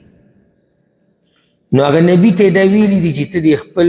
امت ته او د قوم ته د جمعې د ورځې فضیلت ووایه چې د جمعې ورځ ډېره غوره ورځ ده او قیامت به په دې کې راځي او دې کې دا دی او دې کې دا دی. موسی علیه السلام چې کله خپل قوم ته د جمعې دا فضیلت ووایي، هغوی چې نه، د خالي ورځ د هفتې ورځ دا ډېره غوره ده. ولې؟ وایي ځکه کله چې الله ځمکې او اسمانونه پیدا کول دی په شپږو ورځو کې پیدا کړي، نو شروع د اتوار د ورځې نه یې کړې وه د جمعې پورې، شپږ ورځې شو. نو په دې ورځ الله دمه کوله، والعیاذ بالله. نو ځکه دا ورځ غوره ورځ ده، بس په دې کې دمه کېږي. نصاراو ته چې کله وویلی شو، هغه وایي نه، زمونږ خو د اتوار ورځ خوښه ده، چې هغې ته یکشنبه هم ویلی کېږي. زمونږ د اتوار ورځ خوښه ده ځکه چې الله رب العزت په دې ورځ شروع د ځمکې او د اسمان د پیدایش کړې وه. حدیث کې راځي رسول الله صلی الله علیه وسلم وایي یهود هم الله ګمراه کړل دغه ورځې نه، نصارا هم ګمراه کړل دغه ورځې نه، او تاسو له الله رب العزت هغه ورځ درکړه. نو موږ مخکې یو، نور امتونه موږ پسې دي. جمعه ده، په جمعې پسې خالي، په خالي پسې اتوار راځي. رب العالمین هغه اوچته ورځ هغه موږ له راکړه. کله چې دوی نافرماني وکړه، رب العالمین په دوی باندې یو امتحان راوستو. دوی د جمعې ورځ غوره نه کړه که نه، وایي زموږ د جمعې ورځ نه ده پکار، زموږ د خالي ورځ پکار ده. رب العالمین په امتحان راوستو چې د خالي په ورځ به تاسو ښکار، مار او سکار هېڅ هم نه کوئ، بس منع دی، ښکار به نه کوئ. او دا واقع به تفصیلا په سوره اعراف کې راځي. الله وایي تپوس وکړه د دوی نه د هغه کلي په باره کې چې هغه د دریاب په غاړه و. اذ یعدون فی السبت، هغوی به زیاتۍ کو د خالي په ورځ کې نو د خالي په ورځ به څه چل کېدو تأتیهم حیتانهم یوم سبتهم شرعا الله وایي د هفتې په ورځ به دا میان سم ډېرو په اوبو کې دومره به ډېرو چې د اوبو په سر به داسې ګرځېدو راګرځېدو ویوم لا یثبتون لا تأتیهم او چې د خالي ورځ به ختمه شو بیا به یو میان ښکاره کېدو او الله دوی ته وایي چې تاسو به ښکار هغه نه کوئ سزا ده او امتحان دی نو دوی چل ول شروع کړو دې ته به یې جالونه ور واچول د شپې نه هغې ته به یې جالونه ور واچول د جمعې په ورځ بیا به یې دغه جالونه راوویستو اتوار په ورځ میان خو به نیوی شوي نو دوی به ووایي موږ ښکار هغه موږ د هفتې په ورځ خو نه دی کړی موږ خو د خالي په ورځ په کورونو کې ناست یو غلي موږ خو نیکان خلک یو هلته یو چل ول شروع کړه نو د الله سره چل ول کېږي اصل کې دوی چل ول ځان سره کو یهودو کې ګوره یو غټ صفت دا و چې دوی به دا چل ول ډېر کو د الله په احکاماتو کې چو چرا به یې ډېره کوله او دا کلی چې کوم دی د دوی نوم و ایله ایله دا د دریاب په غاړه و په دې کې درې قسمه خلک اوسېدو په دې کلي کې یو هغه و چې هغوی په خپله دا کار کوو یو هغه و چې هغوی په خپله دا کار کوو په دې ګناه کې اخته و دویم هغه دي چې هغوی دا خلک منع کول چې داسې چل مه کوئ د الله عذاب به راشي او دریمه فرقه هغه ده چې هغوی د سره غږ نه کو غلي ناسو یعنې دا ګناه هم نه کوله څوک یې منع کولو رب العالمین په دوی عذاب راوستو او په دې عذاب کې هغه خلک خو ترې بچ شو کوم چې منع کول خو دینداره مؤمنان و نیکان هغه الله بچ کړو پاتې دغه دوه فرقې شو یو چې په خپله دا ګناه کوي دویمه کومه فرقه چې پرې غلي ده نو دا دویمه ده چې ګناه یې په خپله کوله دا خو تباه و برباد شو دا بله فرقه ورسره هم تباه شوې ده دا کوم چې غلي ناسو وګوره دا خبره یاده ساتئ چې په ګناه باندې غلی شوې که نه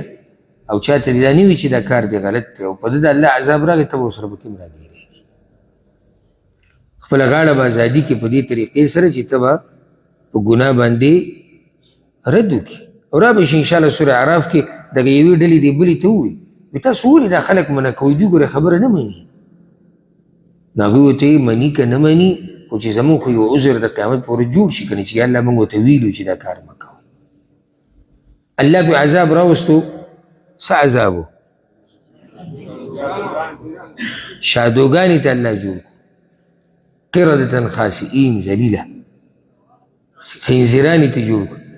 دا کړکۍ بندې کړه بهر خلک ځي راځي ګوري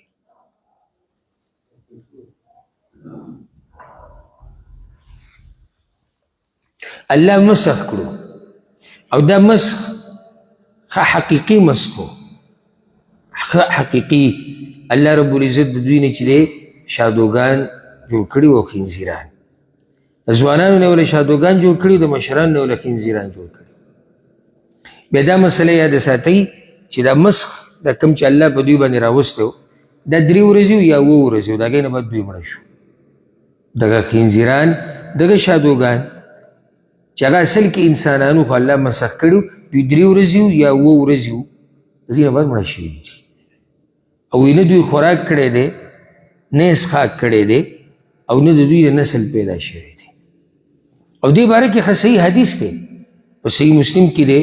عبدالله بن مسعود رضی الله عنه رسول الله وسلم وایي چې الله رب العزت د هغه قوم نه څوک نه دي پاتې کړي شاته او نه نسل شتي کوم چې الله مسخ کړي دي نو که څوک وایي چې د شادوګانو او خنزیران د کوم ځای نه رالو دا اوس چې دي نو د هغې جواب رسول الله وسلم کړی دی وایي شادوګان او خنزیران خو د دې قصې نه مخکې موجودو په دنیا کې یهودو سره چې دا کومه قصه راله د دې نه مخکې شادوګان وو که نه وو نو دا اوسني شادوګان هم په هغه نسل کې را روان دي اوسني خنزیران هم هغه پخوانو په نسل کې را روان دي نو دا خبره غلطه ده که څوک وایي چې دا اوسني چې کوم شادوګان دي یا خنزیران دي دا د هغوی نسل دی دا خبره غلطه ورسره دا فایده یاده کوي او دا قصه د داود علیه السلام په زمانه کې راغلې ده دا قصه د داود علیه السلام په زمانه کې کله چې سړی قرآن وایي که نه او علم ورسره نه وي پوهېږي پرې ډېر نه او صرف ترجمې ګوري نو د ده مطلب دی چې دا قصې ټولې یو بل پسې شوي دي د موسی علیه السلام په دور کې موسی علیه السلام دوی روان کړو بیا دوی بیت المقدس ته چې ورننوتو د حته په ځای حنته ووې الله پې عذاب راوستو او بیا دو شو بیا الله دوی نه شادوګان جوړ کړو بیا ته الله خنزیران جوړ کړو د دې دا مطلب چې دا قصې ټولې په یو وخت کې شوي دي دا خو الله مختصر خبره ذکر کوي بني اسرائیلو دا خو داسې امت دی چې ډېر وخت رب العالمین دوی له د ځمکې باچایي ورکړې وه په دوی کې به انبیا راتلو په دوی کې کتابونه راغلي دي ډېر نو دا قصه داسې په یو وخت کې نه دی شوي دې کې وختونه تېر شوي دي دا قصه چې کله واقع شوه د هفتې د ورځې ده د خالي د ورځې ده نو دا واقعه د داود علیه السلام په زمانه کې راغلې وه دا کلي والا الله داسې سزا یې پرې راوستې وه الله وایي فجعلناها وګرځو موږ دغه کیلې یا دا قصه فجعلناها کې ضمیر دا قصې ته واپس دی یا دغې سزا ته چې دا سزا موږ وګرځو عبرت د چا دپاره لما بین یدیها هغه څوک چې په هغه ټیم وو وما خلفها او څوک چې راتلونکي دي د هغه ټولو دپاره عبرت وګرځېدو او نصیحت وګرځېدو د تقوادارو خلکو دپاره نو د دې نه دا فایده راووته او دا مسله چې نیکان خلک د داسې قصو نه عبرت اخلي نصیحت یې اخلي کیسې صرف دې دپاره نه چې ته یې واوره او بیا خبره ختمه شوه خالي والو الله سره چونچه راکول د الله احکاماتو ته یې غاړه نه ایښوده دوکې دړاکې کولې نو عبرت زموږ دپاره دا شو هر څوک چې د الله په احکاماتو کې چونچه راکوي او دوکې دړاکې کوي او چل ول کوي د الله په دین کې هغه دې د الله د عذاب نه وهېرېږي لکه څنګه چې په یهودو عذاب راغلی و داسې به موږ هم راتلی شي اوس بل مخالفت د دوی ذکر کېږي موسی علیه السلام ورته ویلي غوا لاله کوي دوی وی څنګه او دا دیسی او دا دغه او که دا دیسی شي او که دا دیسی شي هیلې به یې ډېرې جوړولې او ځکه یو حدیث کې راځي رسول صلی الله علیه وسلم د یهودو دا صفت ذکر کړی دی وایي دا حدیث ښه صحیح حدیث دی چې د یهودو په شان چلونه مه کوئ یهودو به معمولي هیله کته چې حرام پې حلال کړي او دا صفت ګوره اوس حقیقت درته وایم دا صفت اوس په بعضو مسلمانانو کې هم دی لکه اوس یو سړی تاجر دی که نه او د ده په یو کار کې ډېره فایده ده خو کار حرام دی بس دی به اوس ګرځي را ګرځي دا ټوله دنیا د الله به ګوري چې څوک مولوي صاحب را پیدا کړي چې دا کار دته څه کړي دا ورته حلال کړي او هیلې به جوړوي که دیسي شي او که دیسي شي او که زه غریب شم او که هغه مالداره شي او که صرف یو پیر شي دا مخکې ورځې کې ما نه یو کس تپوس وکړو وایي په سود باندې کور اخیستی جایز دی نه نه دی جایز سود حرام دی که کور پیلو که ګاډی پیلو که دنیا پیلو حرام دی وایي نه که سړی پې صرف یو کور والي بس بس یو ځکه چې یو ته زموږ ضرورت دی نو ما بیا خو ستا کار وشو بیا خو ستا ضرورت نه راځي دې ته نو د امتحان او د ایمان خو دې پته ونه لګېده ځکه چې سخته کې خو ته ټینګ نه شوې هغو ته د الله د حکم خلاف ورزي وکړه ورلې پې حالات چې د کله برابر شو بیا دې ضرورت نه و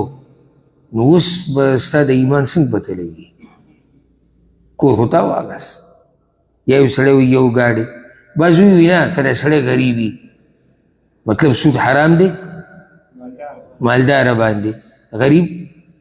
جایز شو عجیبه خبره ده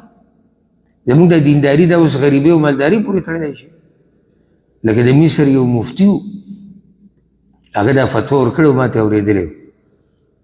هر پټکي والا هر رومیال والا هر ټوپۍ والا هر مفتی صاحب هر شیخ صاحب مولانا صاحب مولوي صاحب لازم نه چې د عالم علم ته به ګورئ د صاحب نو هغه ډېر غټ مفتي و د مصر هغه دا فتوا ورکړې وه وی سګرټ غریب دپاره حرام دی مالدار دپاره حلال دی. وجه دا دی چې وی غریب پکې د غریب مال پکې خرابېږي، نقصان دی مال ته. غریب دی نو چې اوس پیسې لګوي په سګرټو باندې نو مال یې خرابېږي. هر چې مالدار دی پیسې ورسره ډېرې دي، نو چې پیسې ډېرې دي که دیس کې رس کې دې کې څه دي. نو بعضو دا دین دی، دا مسله ده. غریب دپاره جدا او مالدار دپاره جدا، یو پیر جدا او په دویم پیر جدا. دا د یهودو هغه هیلې دي، دا د یهودو هغه چل ول دی. اوس وګوره دې روانه قصه کې دوی څنګه چل ول کړی دی. وَإِذْ قَالَ مُوسَى لِقَوْمِهِ او کله چې وی موسی علیه السلام خپل قوم ته إِنَّ اللَّهَ يَأْمُرُكُمْ أَن تَذْبَحُوا بَقَرَةً یقینا الله تاسو ته امر کوي چې حلاله کړئ یوه غوا. قالوا اویغوی اتتخذنا هزوا آیا ته نیسې موږ په ټوغو باندې. قال وی موسی علیه السلام اعوذ بالله پناه غواړم په الله سره ان اکون من الجاهلین د دې نه چې زه شم د ناپوهه خلکو نه. دوی ته امر شوی چې غوا حلاله کړئ. او دا خبره یاده کوي قصه د غوا د قرآن په قرآن کې صرف دلته ده او بل ځای کې نشته. او ځکه دې صورت ته سورة البقره وایي. البقره په عربۍ کې غوا ته ویلی کېږي. رب العالمین د موسی علیه السلام په ژبه دوی ته ووایي چې تاسو غوا حلاله کړئ. د غوا یې ورته په دې ووایي ځکه چې الله غوښته چې دوی د زړه نه د غوا دا محبت دا ختم شي. دوی د سخي بندګي هم کړې وه پکې که نه. نو دا قصه دوی په زړونو کې پرته وه. نو رب العالمین غوښته چې دوی په دې خپلو لاسونو حلاله کړي که نه دا غوا، او خپله مخامخ یې ویني چې دغه د سات یې ووتو او څه زور پکې نه و، څه موږ سره څه کولی نه شو زموږ سره، بلکې ځان یې نه شو بچ کولی. نو د دې سره به دوی د زړونو نه دا قصه ووځي. چې الله یې ګمراه کړي که هغه دا قصې ویم یا هغه ته عبرت نه اخلي. لکه دې هندوانو ته وګورئ. ما ډېر وخت مخکې یو ویډیو کته د انډیا د هندوانو. هغوی څه بوتان راغستي وو ډینه کې ایښودي وو ګاډي کې، او هغه یې وړو یو څښاک ته کې ندی و هغې ته یې ګزار کړو. دا زاړه شوي پول یې ورګزار کړو. پول د پاسه یې ګاډه ودروي او لاندې چې دا خپل معبودان یې ګزارل. هغه دوی چې وایي چې دوی موږ له بچي راکوي او زموږ ژوند یې روان کړی دی او سجدې ورته لګوي رکوع، هغه یې ټول کته ګزار کړو. دا ګړزاله دی جوړه. نو دوی اوس په خپله اینې نه چې هدایت ورته نه میلاوي یا که ډېر څه وي نو هغه ته هدایت نه میلاوي. بیا یې نوي راوړو، هغه په نوي سیسټم جوړ شي. اوس عقل کوم ځای کې دی چې زور دې ګزار کړو او نوی دې راوړه. او عمرو بن الجموح رضی الله عنه پیژنې که نه پیژنې؟ ګوډ شهید بارک الله فیک. نو دې بوتانو دا بندګي به یې کوله که نه. د زامنې بعض نورو صحابه کرامو دله دعوت ورکول شروع کړو مدینه کې چې دی د بوتانو نه واوړي او ایمان قبول کړي، توحید ته راشي. نو هغوی به ورسره دا چل کوو چې د ده دا بوت به یې د شپې پټاو، سجدې ته به یې ګزار کړو. سحر به دی ورغی ګرځېدو بوت به را پیدا کړو، صفا به بیا به کېږو. چې ونه شو اخره کې هغوی داسې کار وکړو چې یو ځای کې سپی پروت و هغه مړ، سپی اسیم پلیت ته بیا چې مردار پروت، نو هغه سپی راواغستو او د دې بوت سره یې وتړلو یو کوهي ته یې ورګزار کړو.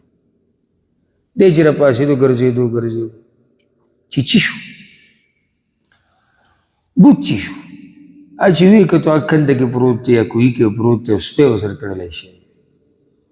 الله یې دماغ کولاو کړو. نو په هغه ټیم کې هغه دا خبره وکړه، ترجمې دا دی وی زما دې په الله قسمي که ته رښتینی معبود وی نن به تا او دا سخا سپی یو ځای نه وي پراته، خو ته معبود نه یې، ته اله نه یې. الله د هغه سینه کولاو کړه دې خبرې ته. نو رب العالمین دا غوښته چې دا غوا د دوی په مخ کې حلاله شي، چې د دې زړونو نه د غوا د تعظیم وشي. بیا دلته یو قصه هغه وروسته راله، تحقیقي قول دا دی چې قصه وروسته راله. بعض علما وایي دا قصه مخکې راغلې وه، نو د هغې د لاسه الله دوی ته ووایي چې غوا حلاله کوي. او قصه دا وه چې بني اسرائیلو کې یو کس ډېر مالدار و، انتهایي مالدار و او بچي نه و. داسې مالدار ته د خپلوان سخت خوشحالېږي. دا بچي چې نه وي که نه و مالدار ورور یې برید تاوی راتاوی، ویرونه، تره، هر یو دا پلانې صیب او صیب ته کته بره کېږي ځکه چې ورته پته چې صیب نه بعد خو څوک نشته بیا، شی ټول موږ ته پاتې دي. خو چې کله د صیب زامن وي نو بیا یې طبیعت خراب وي، ځکه شیخ هغوی ته پاتې کېږي. نو در واره و هغه صبر نشو کولی دی میراث ته، خپل ترې مړ کړو. او داسې هم ویلی کېږي چې د ده یو لور واده ته غوښتلې وه خو هغه وله نه ورکوله، نو هغه لور سره وله واده وکړو. پلار به وله مړ کړم نو مال به راته هم پاتې شي، لور به راته هم پاتې شي. سړی چې مړ کړو هغه به یې د یو کور مخې ته ورګزار کړو چې څوک رانه خبر نه شي. دا پرون ما تاسو ته ووایي ما ښکاري داسې چې دا خبره مضبوطه ده چې پښتانه بني اسرائیلو کې دي او یو شاخ دی. د عاداتو ته ګوره ښه، یو څو نن نور هم ذکر شو بره، زموږ ته سوچ وکړه نه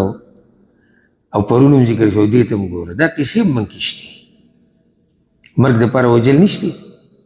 دومره دي چې ته پوه شې مه کوه. په یو ځای 11 12 مړي 15 شل پوره قومونه تباه کړي. ده د خپل تره راغستی د بل چا کور مخې ته ورغوزار او بیا یې چغې کړي او خلکه راشئ راشئ، چل شوي زما تره چا وجلی،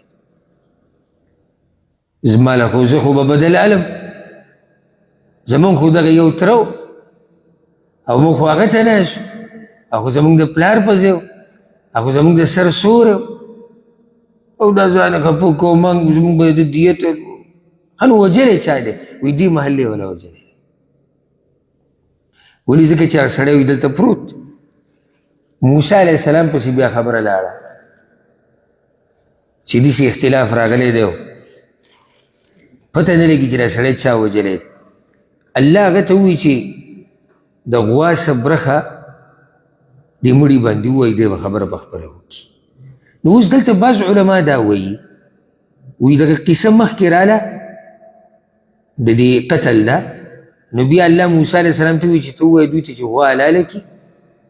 نو بیا به د دې کس پته ولګي. بعض علما وایي نه، د غوا د امر د حلالولو امر مخکې دی، دا قصه په منځ کې راغلې ده. والله اعلم، زما خو زړه په دې مطمئن دی. وجه دا ده چې دوی 40 کالو پورې تقریبا په دې غوا پسې ګرځېدلي، دا دوی ته نه میلاوېده. نو ولې 40 کاله دا مړی داسې پروت و؟ نو ښکاري داسې یو علم د الله سره دی چې الله ورته مخکې ویلو چې غوا حلاله کوي. او غوا حلالول صرف دې دپاره نه و چې د دې مړي پته ولګي، اصل کې د هغې مقصد بل و چې دوی د زړونو نه د غوا تعظیم هغه وځي، خو منځ کې پکې دا قصه بله هم راله. نو چې کله دوی ته موسی علیه السلام وایي چې الله وایي غوا حلاله کوي، ان الله یأمرکم. ګوره موسی علیه السلام ورته داسې ونه وایي چې زه تاسو ته یم چې غوا حلاله کوي. څوک وایي؟ الله وایي. نو چې الله وایي نو دینداره بنده خو به دقه وایي چې سمعنا واطعنا. هغو ته یې موږ پورې مسخرې کوي که پوهې خو نه کوي موږ پورې، خو غوا حلالولو کې څه دي؟ دا اوس ستا خبره ده. هغه ورته وایي زه پناه نیسم په الله پورې د دې نه چې زه شم د جاهلانو نه، یعنې الله دې نه کړي. یو سړی به وایي چې هغوی خو ته وایي چې ته ټوغې کوې او د جاهلان یاد کړو، نو یاده کوي دا خبره، جاهل انسان هغه څه وایي چې په هغې کې فایده نه وي، عبث خبرې کوي. نو ده ورته وایي جاهل خو نه یم چې تاسو ته پالتو ریږي یم، ورسېدی پکې نه. نو بې فایدې خبرې کوه مه کوه، لږ په دې خوله باندې کنټرول ساته. د یو سړی کړله لیږي چې څه یې راوویشتو، ته د جاهل سړي کار دی. خبره چې کې فایده منه کوه، چې د دنیا فایده پکې او یا د دین فایده پکې، چې نه پکې بیا غلی کېنه. دغه شان مسخري چا پورې کول د چا کار دی؟ د جاهلانو. نو هغه ورته الله دې رکړي چې زه د جاهلانو نه شم. هغوی ته پته ولګېده چې او خبره د الله د طرف نه ده. کاڼه خو یې ورته کېنښوده. قالوا یا هغوی ادعو لنا ربک، دعا وغواړه زموږ دپاره د خپل رب نه، یبین لنا چې بیان کړي موږ ته، ما هي چې څنګه د دا غوا. خبره اوس ګوره دوی ځان ته سختوي ښه څه سادهګان او قمقلانو. نو چې راته وایي غوا لاله کوي لاړ شي خوا کې چې کوم ځای کې غوا میلاویږي را سملو کیسه ختمه شي. دوی سختول الله ورسره سخته کړه. نو یاده که د الله په احکاماتو کې چو چرا مه کوو ګنې الله به رسره هم خبره سخته کړي. بس خبرې ته غاړه کېږي. نو دوی وایي چې ته ووایه خپل رب ته، کار داسې نه و چې خپل رب ته ووایه، الله ته ووایه چې موږ ته دا خبره بیانه کړي چې ما هي چې څنګه د غوا معنی چې څه د عمر دلته پوس د عمر دی. موږ ته د عمر خبره وکړي چې عمر یې څه دی. قال وی موسی علیه السلام انه یقول یقینا الله وی انها بقره دا غوا ده لا فارض نه بوډۍ زړه ده ولا بکر او نه نوي ځوانه ده عوان بین ذلک درمیانه ده په منځ د دې کې فافعلوا ما تؤمرون بس وکئ هغه کار چې تاسو ته حکم کیږي. الله اکبر. رب العالمین ورته بیا هم وایي دا کار وکئ. دا کار وکئ بس پیسه ګوره نوره سختوئ ځان دلته خو یې څه نه څه سخته کړه. عمر یې څه دی؟ الله ورته وایي چې لا فارض ولا بکر، نه هغه عمر دی چې بلکل آخري عمر ته رسېدلی ده بېکاره ده پالتو، ولا بکر او نه بلکل هغه کم عمره ده چې لا بچی نه پیدا شوی، نو دا هم څه د کار خو نه ده. عوان بین ذلک درمیانه عمر والا به ګورئ چې نه عمر ډېر زیاتي نه ډېر کمی، درمیانه عمر والا په غواګانو کې چې بچی دوی شوي نو دا بیا په دې غواګانو کې درمیانه عمر والا حسابېږي. او سبحان الله چې یو فایده به ته ذکر کړمه، ولې دا څلوېښتو کالو ته چې سړی ورسېده عقل پوره شي او دا ډېر اهم عمر دی او د عمر ډېره اهمه مرحله ده ځکه چې دی د ځوانۍ او د بوډاوالي په منځ کې شي. دی د ځوانۍ او د بوډاوالي په منځ کې شي چې کله څلوېښتو ته ورسي نو نه بوډا دی نه ځوان دی، الا دا که سینه زوري کوي او ځان ته ځوان وي هغه جدا خبره ده. خو د عمر چې کوم مراحل دي د هغې مرحلې مطابق د ځوان نه دي او بوډا هم نه دي. دا ډېره اهمه مرحله ده، ډېره اهمه. او چا دا خبره لیکلې وه یو عربي، ما ورته ډېر تعجب وکړو. هغه وی دا مرحله ډېره اهمه ده، خو واضح ده چې دې کې عقل کمال ته ورسي او دې کې دا دې کې دا دې کې دا. یو خبر هغه بله لیکلې وه چې انسان د کمزورو په منځ کې شي. څنګه د کمزورو په منځ کې شي؟ څلوېښتو ته چې سړی رسي که نه غالبا د ده مور پلار بلکل د ژوند په اخرنۍ مرحله کې که ژوندي غالبا د ده مور پلار د ژوند په اخرنۍ مرحله کې یا اخرنۍ ته نږدې. بل طرف ته کمزوري ده ته د بچي ناسي دې عمر کې سړي ته هغه بچي چې د څلوېښتو ته سړی راورسي او واده یې په ټیم کړی نو هغه بچي داسې د ځوانۍ ته نږدې کېږي نو دی د دې دوو مسلو په منځ کې راګیري. دلته هم خیال ساتي دلته هم خیال ساتي، هلته هم کمزوري دي دلته هم کمزوري دي. نو دا ډېر د کمال عمر دی. دې عمر ته چې سړی راورسي که نه ایله لکه په اور چې داسې اوبه واړی د ایله د دماغ یخ شي او دی په ډېرو حقایقو پوه شي چې مخکې پرې پوهه نه وه. هغه ګرمې ګرمې فیصلې هغه په هر شي ورپدو کېده او هغه راځي چې ګورو به ورسره. اوس دی دا ټکی نه وایي څلوېښتو ته چې ورسېد راځي چې ګورو به ورسره، ځکه چې یو طرف ته بوډا پلار او مور دي بل طرف ته واړه بچي دي. اوس نه وایي چې راځي ګورو به ورسره. زه صحیح ده زه سوچ پې وکړو، مخکې دا ټکی نه وایي چې سوچ پې وکړو. نو دا یو مرحله د ډېر لویه د ذموارۍ خو ځکه الله انبیا غالبا چې نبوت یې ورله ورکړی دی نو هغه په دې عمر کې ورکړی نو دوی ته وایي چې دا غوا منځنۍ نه بوډۍ نه ځوانه نه وي فافعلوا ما تؤمرون او دا کار وکوئ چې دا خبره ختمه شي هغو خو نه ختموله قالوا يا وي ادع لنا ربك يبين لنا ما لونها وغواړه زموږ دپاره د خپل رب نه چې بیان کړي موږ ته چې څه دی رنګ د دغه غوا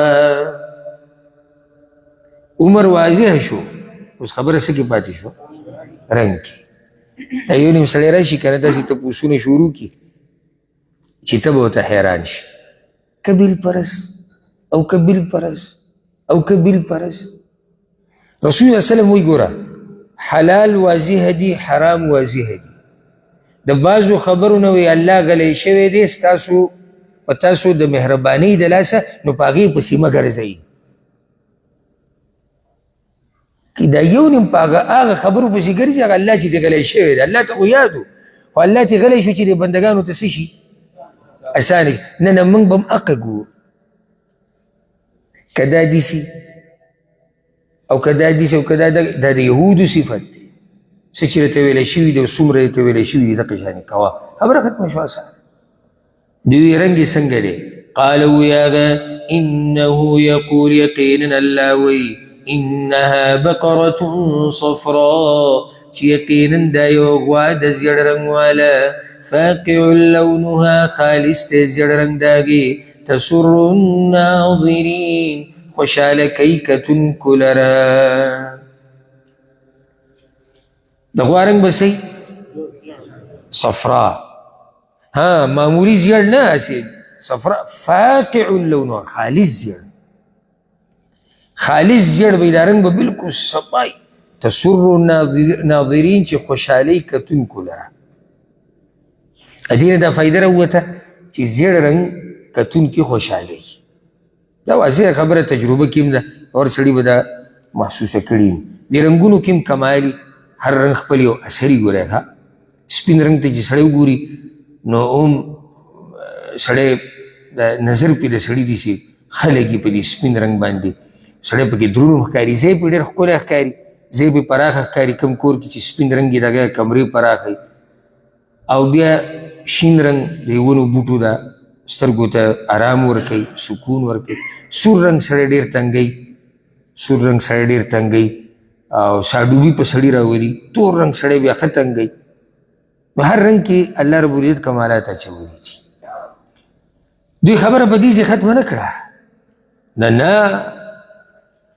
عمل به د دې غوا څنګه وي قالوا ادع لنا ربك يبين لنا ما هي دوی ووی وغواړه زموږ دپاره د خپل رب نه چې بیان کړي موږ ته چې څنګه دی عمل د دغې غوا ان البقره تشابه علينا یقینا دا غوا ګډه وډه شوه په موږ باندې وإنا إن شاء الله لمهتدون او یقینا من کچرته د الله خوښه شي خامخا مقصد ته رسیدونکي یو غواوې به موږ څه شوه غوا خو دوی په ځان باندې په خپله ګډه وډه کړه الله خو نه وه ګډه وډه کړې دوی په خپله ځان ته سخته کړه دی وایي که الله وغواړي موږ به دا غوا ومومو دا ادب یې کړی دی ګورئ او سبحان الله الله د ادب ډېره لویه فایدې تاسو ته ما دا څو پیري تفسیر درسونو کې عامو درسونو کې ویلو چې کله د موسی علیه السلام مقابله و دغه جادوګرانو سره هغوی څه ادب کړی موسی علیه السلام ته یې وویل ته شروع کې که موږ شروع وکړو دی ادب کړی د هغه ادب د لاسه سحر هغه جادوګرانو او د شپې شهیدانو دلته دوی دا یو ادب د الله وکړو ګورئ وایي که وغواړي الله موږ به دا غوا پیدا کړو ځکه خو پیدا شو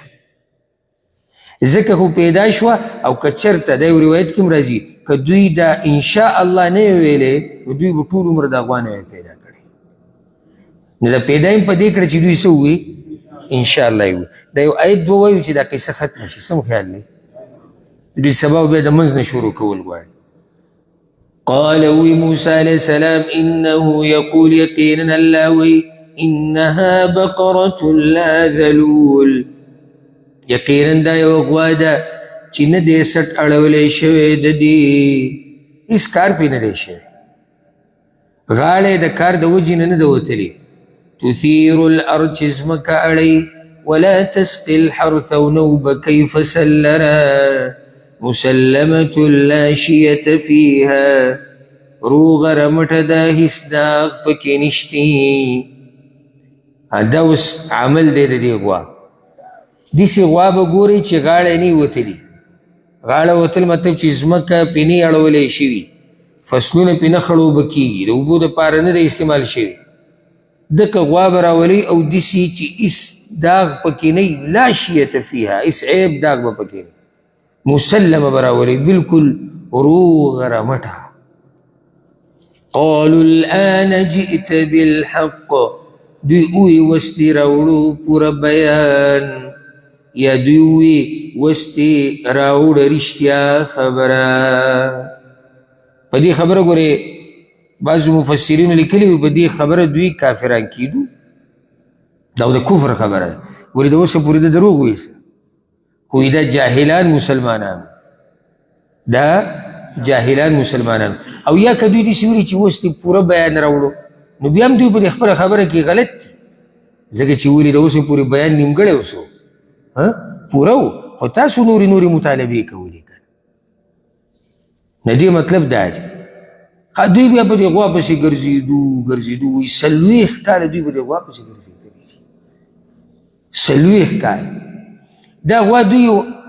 هلک سره ومونده چې هغه ډېر دیندار هلک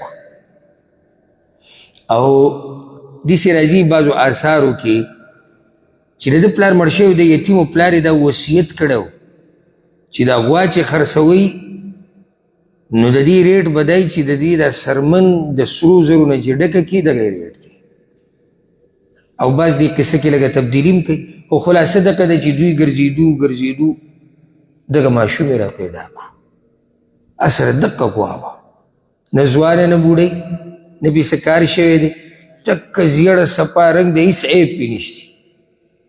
دوی غوا راکړه هغه یې درکوو په یو شرط دا سرمن بوله د سرو زرو نه ډکوئ دغه سره زر به باندې راکوئ او تی دا واله به موږ له راکړه نو رب العالمین په هر څه کې حکمت یې نه د هغه یتیم په کې هم ښه کار و ځکه چې پلار یې دینداره سړی و او هغه په خپل هم دیندار و وي د هغه په کې هم ښه کار وشو خو دوی څومره پازاب شو خو دوی ځان په خپله پازاب 40 کاله وګرځېدو او مال څومره مال ترې لاړ نو ځکه الله وایي فذبحوها وما كادوا يفعلون نو حلاله یې کړه دغه غوا وما كادوا يفعلون او نږدې نه و دوی چې دا کار یې کړی وی نږدې نه و چې دا کار یې کړی مطلب دا چې